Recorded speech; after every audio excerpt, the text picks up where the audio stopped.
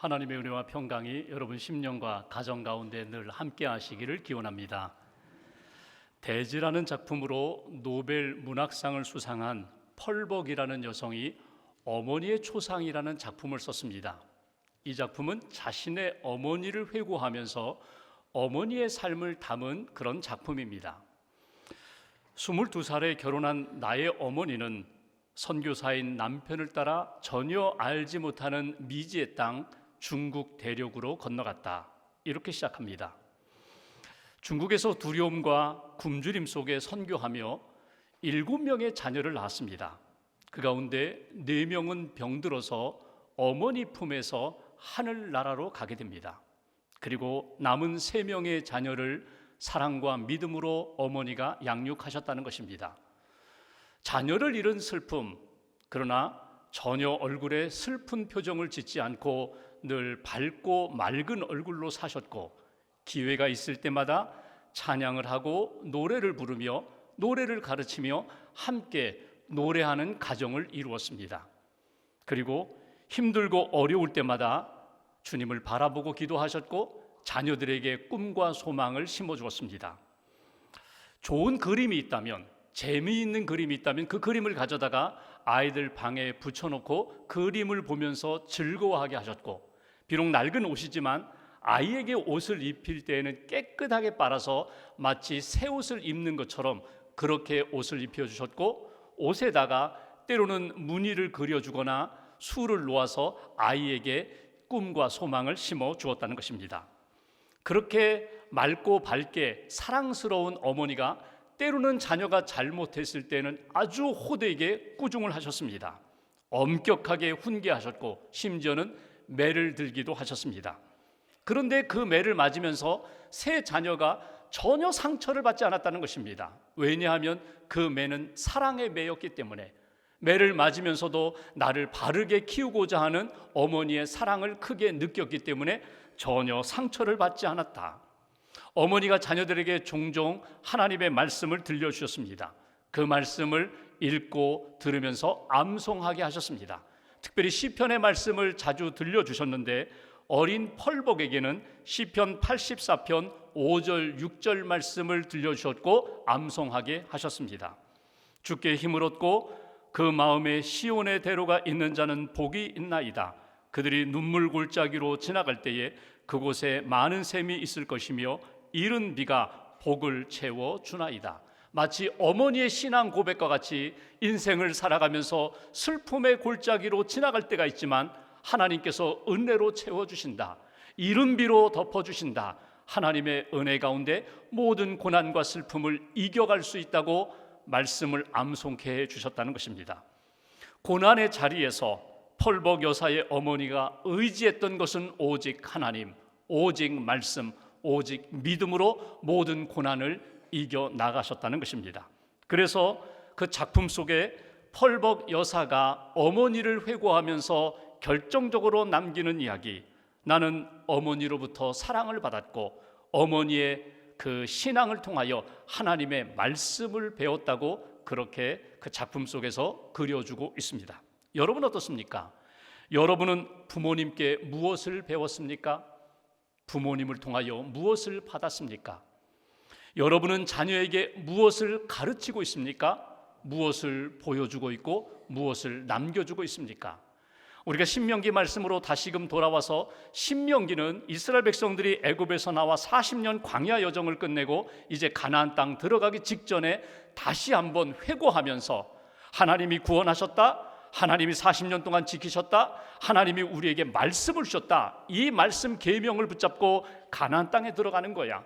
가나안 땅에 들어가면 새로운 문명을 만나게 되는데, 새로운 문화 속에서 이방신이 있고 이방의 문화가 있는데 흔들리지 말고 빼앗기지 말고 믿음을 지켜야 돼, 말씀을 붙들어야 돼, 이렇게 강조하는 내용이 신명기의 말씀입니다. 특별히 오늘 말씀은 자녀들에게 교훈하는 내용으로 이미 신명기 6장에서 우리가 한번 읽었던 말씀입니다. 쉐마 이스라엘, 이스라엘아 들으라. 너희는 하나님의 구원받은 백성이다. 하나님의 사랑을 받은 백성이다. 그러므로 하나님을 사랑해야 돼.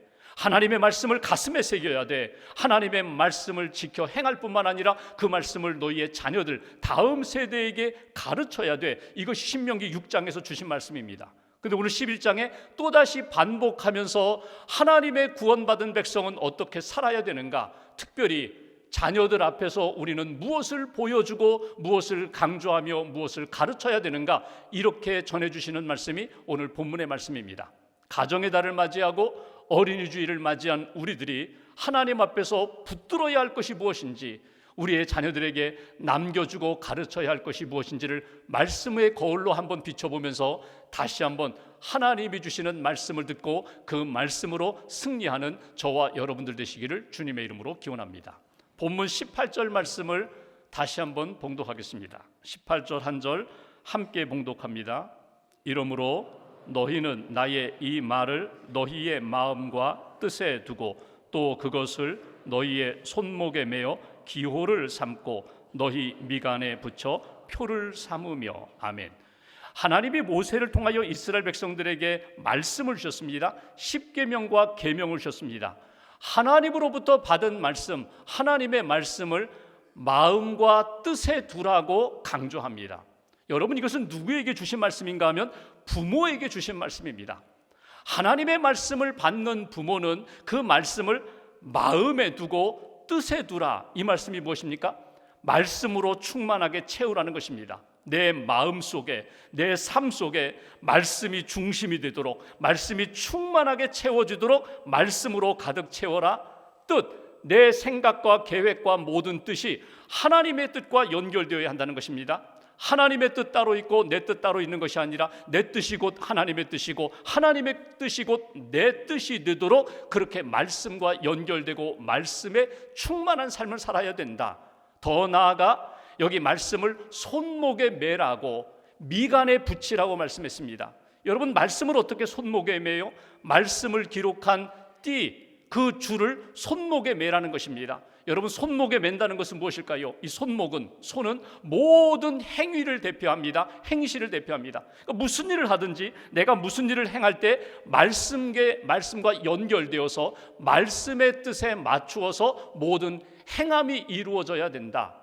미간이라는 것은 생각, 눈과 눈 사이의 생각의 중심입니다. 내가 생각할 때마다 말씀 떠나면 안 돼. 말씀이 중심이 되고 말씀이 내 생각을 이끌어가도록 말씀의 충만함으로 살아가야 된다. 이것이 주시는 메시지예요. 여기에 부모들에게 오늘 주시는 첫 번째 메시지가 있어요. 부모는 먼저 하나님의 말씀에 집중하고 하나님의 말씀으로 충만하게 채워져야 부모 자신도 영적으로 살아날 뿐만 아니라 자녀들에게 믿음으로, 말씀으로 양육할 수가 있다. 이것이 주시는 메시지예요. 여러분, 자녀들은 정확합니다. 우리 엄마 아빠가 무엇을 좋아하는지, 인생관은 무엇이고 가치관은 무엇이고 신앙관은 무엇인지, 신앙생활하면서 무엇에 집중하며 하나님을 기쁘시게 하는지 자녀들은 정확하게 보고 있어요.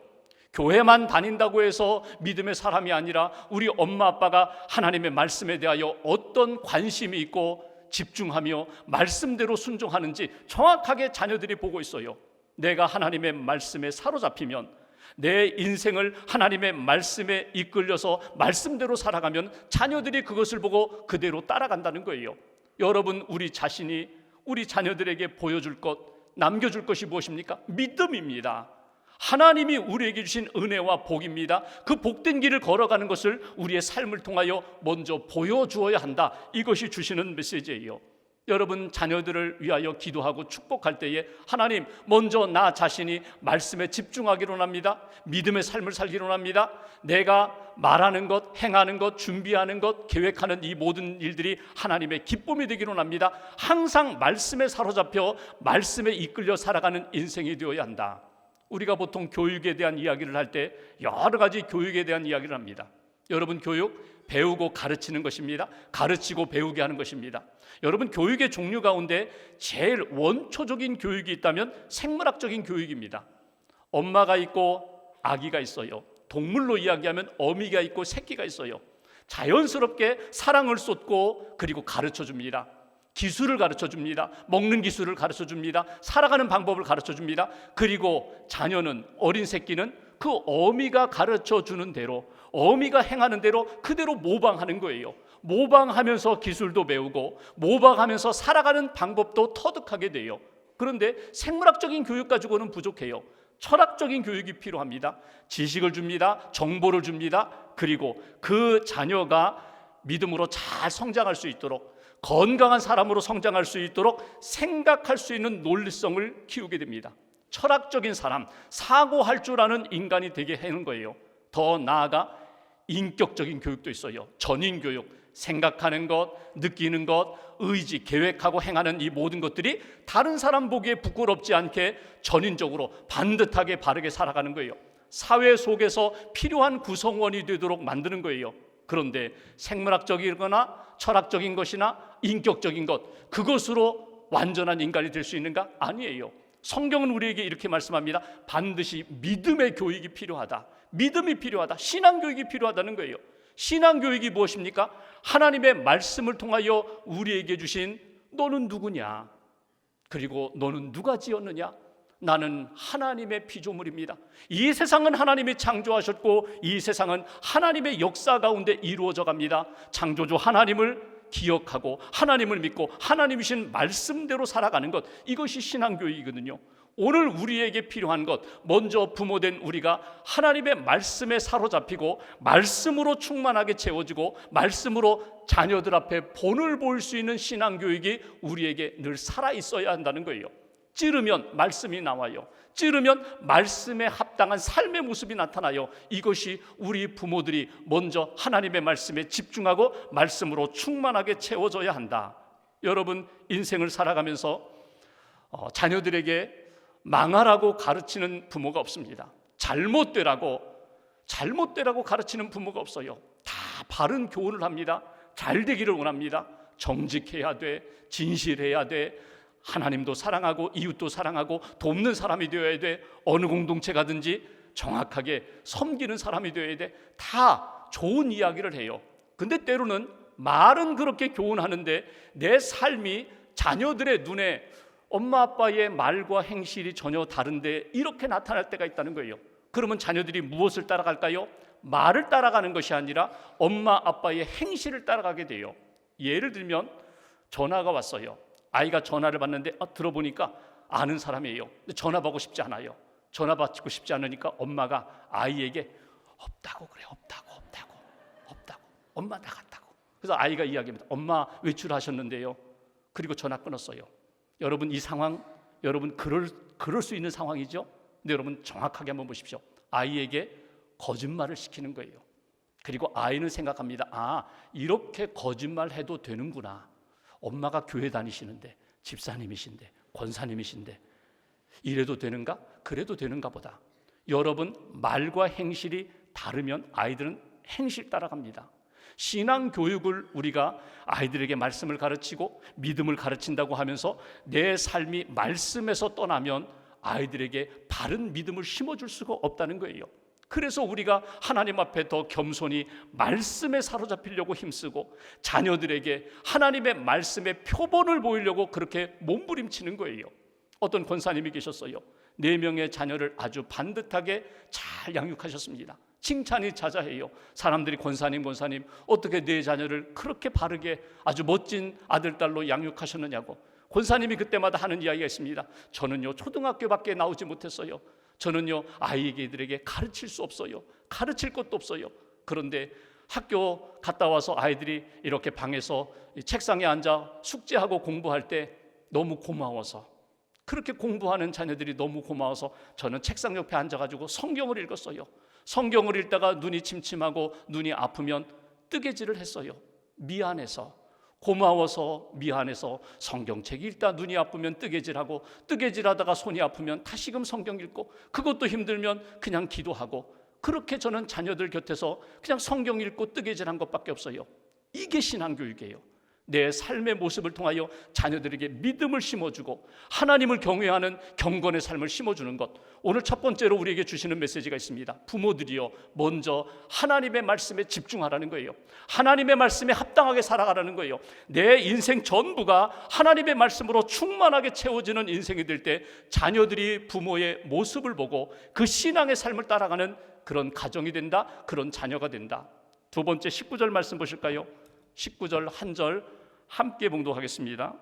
또 그것을 너희의 자녀에게 가르치며 집에 앉아 있을 때에든지 길을 갈 때에든지 누워 있을 때에든지 일어날 때에든지 이 말씀을 강론하고, 자녀들에게 가르치라, 이 말씀을 강론하라. 부모가 믿음으로 살아가면서 자녀들에게 가르치고 남겨야 할 것이 무엇인가? 믿음을, 말씀을 남겨야 된다. 말씀을 가르쳐야 된다. 근데 그 말씀을 가르칠 때 어떻게 가르치라고요? 때를 따라, 장소를 따라 가르치는 것이 아니라 항상 어떤 상황이든지 삶의 자리에서 하나님이 내게 주신 말씀, 그 말씀을 전하고 가르치는 일에 힘써야 된다. 여기 강론이라는 말은요, 한번 툭 던지고 끝나는 것이 아닙니다. 아이가 받아들일 때까지, 아이가 믿을 때까지, 아이가 변화될 때까지 하나님의 마음으로 주님의 사랑을 품고 말씀을 강조하고 그리고 설득력 있게 전할 때 아이가 그 말씀을 통하여 변화된다는 거예요. 마샬이라는 신학자는 이렇게 표현합니다. 아이가 자동으로 구원받는 것 아닙니다.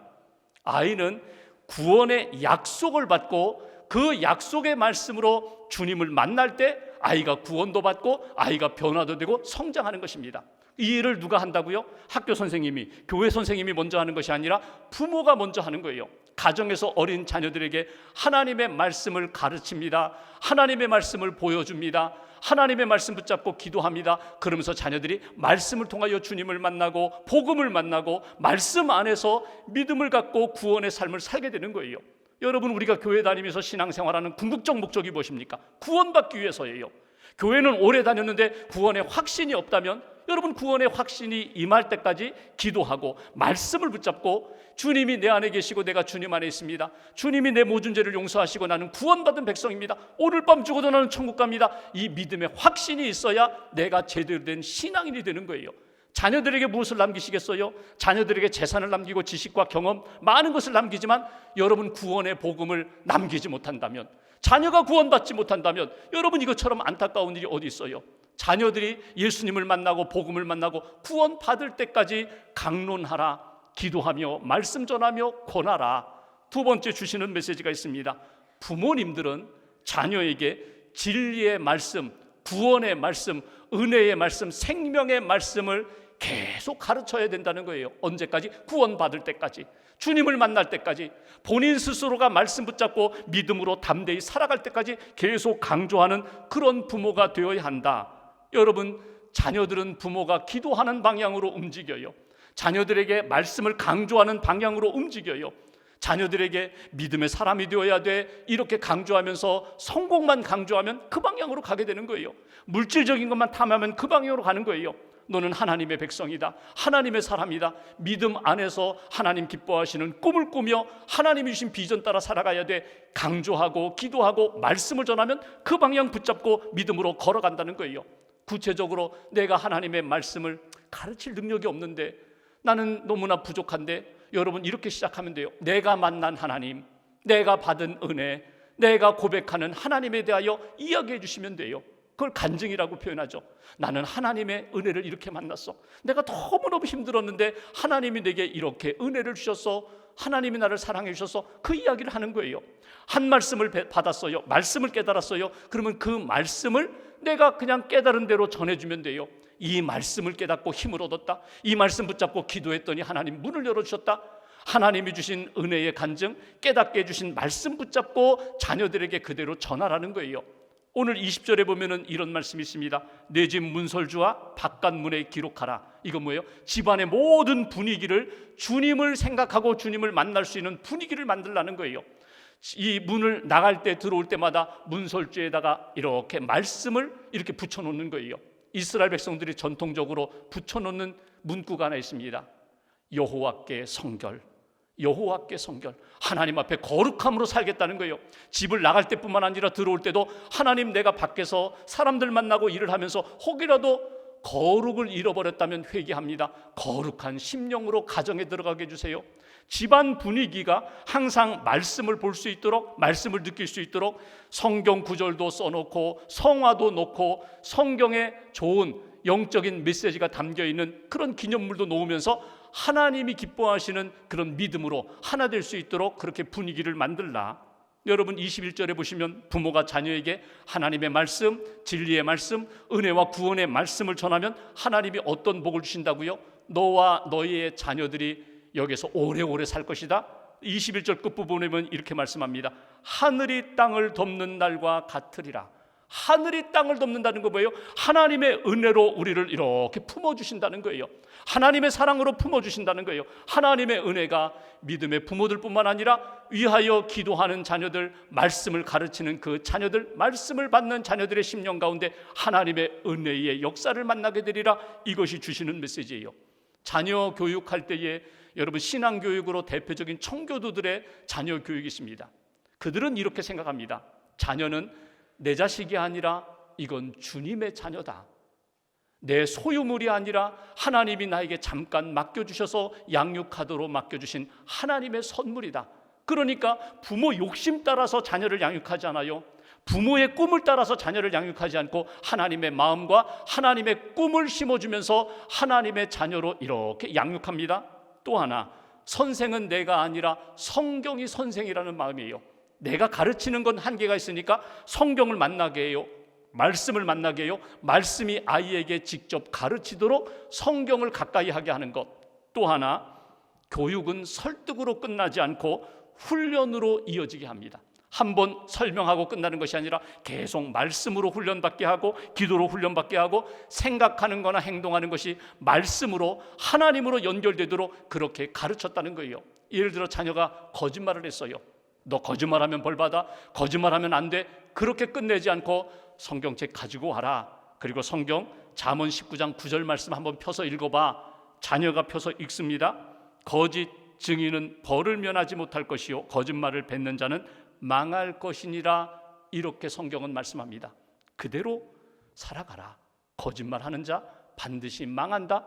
하나님의 말씀이다. 사도행전 5장 4절 말씀을 읽게 합니다. 사람에게 거짓말한 것이 아니요 하나님께로다. 내가 거짓말하는 것 사람에게 하는 것이 아니라 하나님 앞에 거짓된 삶을 사는 거야. 하나님 앞에 거짓말하는 거야. 이거는 죄가 되는 거야. 이렇게 가르쳤다는 거예요. 하나님의 말씀을 만나게 하고 말씀으로 배우게 하는 것, 이게 청교도 신앙, 자녀들에게 양육하는 신앙 교육이에요. 여러분, 하나님을 믿고 말씀을 따라 살아가는 부모가 자녀에게 남겨줄, 가르쳐야 할 내용은 하나님의 말씀입니다. 말씀 속에서 주님을 만나고 말씀에서 지혜를 얻고 말씀에서 길을 찾도록 하는 것, 이것이 하나님이 기뻐하시는 신앙 교육이라고. 한 가지만 더 보면 22절 말씀 보십시오. 제가 봉독합니다. 너희가 만일 내가 너희에게 명하는 이 모든 명령을 잘 지켜 행하여 너희의 하나님 여호와를 사랑하고 그의 모든 도 진리의 말씀을 행하여 순종하여 그에게 의지하면, 너희가 부모가 그리고 말씀으로 양육받은 자녀가 하나님을 사랑하고 하나님이 주신 도 진리의 말씀 따라 행하고 순종하고 오직 하나님만 의지하면, 하나님의 말씀만 의지하면 하나님이 은혜와 복을 주신다는 거예요. 23절에 보면은 강하게 만들어 주실 것이라고, 24절에 보면은 지경을 넓혀 주시겠다고, 내가 밟는 그 모든 땅을 너에게 주시겠다고. 25절 한 절 같이 봉독합니다. 너희의 하나님 여호와께서 너희에게 말씀하신 대로 너희가 밟는 모든 땅 사람들에게 너희를 두려워하고 무서워하게 하시리니 너희를 능히 당할 사람이 없으리라. 믿음의 대장부로 만들어 주시겠다고, 하나님이 승리를 주시겠다고, 위대하게 세워주시겠다고, 이것이 주시는 말씀입니다. 누가 이런 은혜와 복을 받는가? 하나님의 말씀에 순종하는 사람, 하나님을 뜨겁게 사랑하고 하나님만 전적으로 의지하는 인생 가운데 하나님이 그런 은혜와 복을 주시겠다고. 세 번째, 오늘 우리 가정에게 주시는 메시지가 있어요. 우리 가정 모두가 하나님의 말씀을 의지하고 그 말씀에 순종하며 살아가야 된다. 하나님을 사랑하고 내게 주신 말씀을 나를 살리는 말씀으로 받아들이고 그 말씀에 순종하면 하나님이 때를 따라 은혜로 공급하시고 밟는 땅마다 지경도 넓혀주시고 우리를 세워주시는 역사, 이것이 하나님이 우리에게 주시는 생명의 말씀, 약속의 말씀이에요. 이스라엘 역사를 보십시오. 여러분, 물질적으로 풍요하고 군사력이 풍부하고 그런데 영적으로 빈곤하면 어떻게 되는지 아세요? 인생이, 그 민족이 황폐하게 돼요. 그런데 여건이 너무너무 안 좋아요. 군사력도 없어요. 경제력도 약해졌어요. 그리고 오랜 시간 동안 참 힘든 시간을 보내지만 믿음은 살아있어요. 그러면 그 민족, 그 가정, 그 영혼은 하나님이 세워주시고 살려주셨던 것을 기억합니다. 여러분, 우리 자신을 돌아보세요. 내가 하나님 앞에 예배할 때마다, 기도할 때마다, 성경을 읽을 때마다 살아 역사하시는 주님의 음성으로 듣고 있는가? 그 말씀으로 힘을 얻고 있는가? 그 말씀 의지하여 순종하며 하나님의 뜻을 이루고 있는가? 우리 자신을 돌아보면 돼요. 여러 가지 어려운 여건이지만 말씀 붙잡고 살아가면, 말씀에 순종하면 하나님이 붙드시고 세워주신다. 이것이 성경에서 우리에게 주신 말씀이고, 우리 가정이, 우리 부모가, 우리 자녀들이 놓치지 말아야 할 생명의 약속이라는 것 잊어버리지 말아야 합니다. 말씀에 순종하는 인생. 여러분, 신약성경 에베소서 6장 4절에 보면은 자녀들을 양육할 때 이렇게 양육하라고 성경은 말씀합니다. 자녀들을 노엽게 하지 말아라. 자녀들 화나게 하지 말아라. 상처 주지 말아라. 오직 주의 교양과 훈계로 양육하라. 오직 이것뿐이라는 거예요. 여기 교양이라는 것은 자녀에게 본을 보이는, 자녀를 본을 보여가지고 인도하는 부모의 양육 방법입니다. 그런데 주의 교양은 행동으로 자녀를 양육하고 훈련하는 것이고, 훈계는 말로서 자녀들을 양육하고 훈련하는 방법이에요. 행실로서, 말로서 주님께로 이렇게 인도하는 부모가 되어야 한다. 그러니까 여러분들 점검해야 돼요. 내가 지금 무슨 말을 하고 있지? 자녀들에게 무슨 말로 교육하고 있지? 태도는, 자세는, 내 중심은 무엇으로 가득 차 있지? 점검하면서 자녀들을 주의 교양과 훈계로, 행실과 말로 잘 인도하여 주님께로 가까이 나아갈 수 있도록 그렇게 양육해야 된다. 미국의 한 기관에서 부모가 자녀들에게 해서는 안 될 말 5가지, 정말 조심해야 할 말 5가지를 소개했어요. 한번 들어보십시오. 첫째, 너를 왜 낳았는지 모르겠다. 존재 가치를 부정하는 것입니다. 삶의 의미를 빼앗는 것입니다. 둘째, 너는 왜 다른 애들처럼 그렇게 못하니? 비교하면 안 돼요. 그러면 아이가 말은 하지 않지만 속으로 뭐라는지 아세요? 엄마는 왜 옆집 엄마처럼 그렇게 못하세요? 아빠는 왜 옆집 아저씨처럼 그렇게 못하세요? 비교하면 안 돼요. 셋째, 너는 도대체 몇 살이니? 나이 가지고, 정신연령 가지고 논하지 말라는 거예요. 점점 그렇게 되면 비관주의자가 됩니다. 넷째, 이 바보야. 5번째, 시끄러워. 제발 엄마를 괴롭히지 마. 무언가 질문하려고 하고, 뭔가 다가오려고 하고, 뭔가 서로 연결시키려고 하는데 딱 차단하는 것. 이것이 엄마 아빠가 자녀들에게는 결코 해서는 안 될 말, 정말 주의해야 할 말이라는 거예요. 그러면 이제 우리 자신을 돌아봅니다. 나는 우리 자녀들에게 무슨 말을 자주 하는가?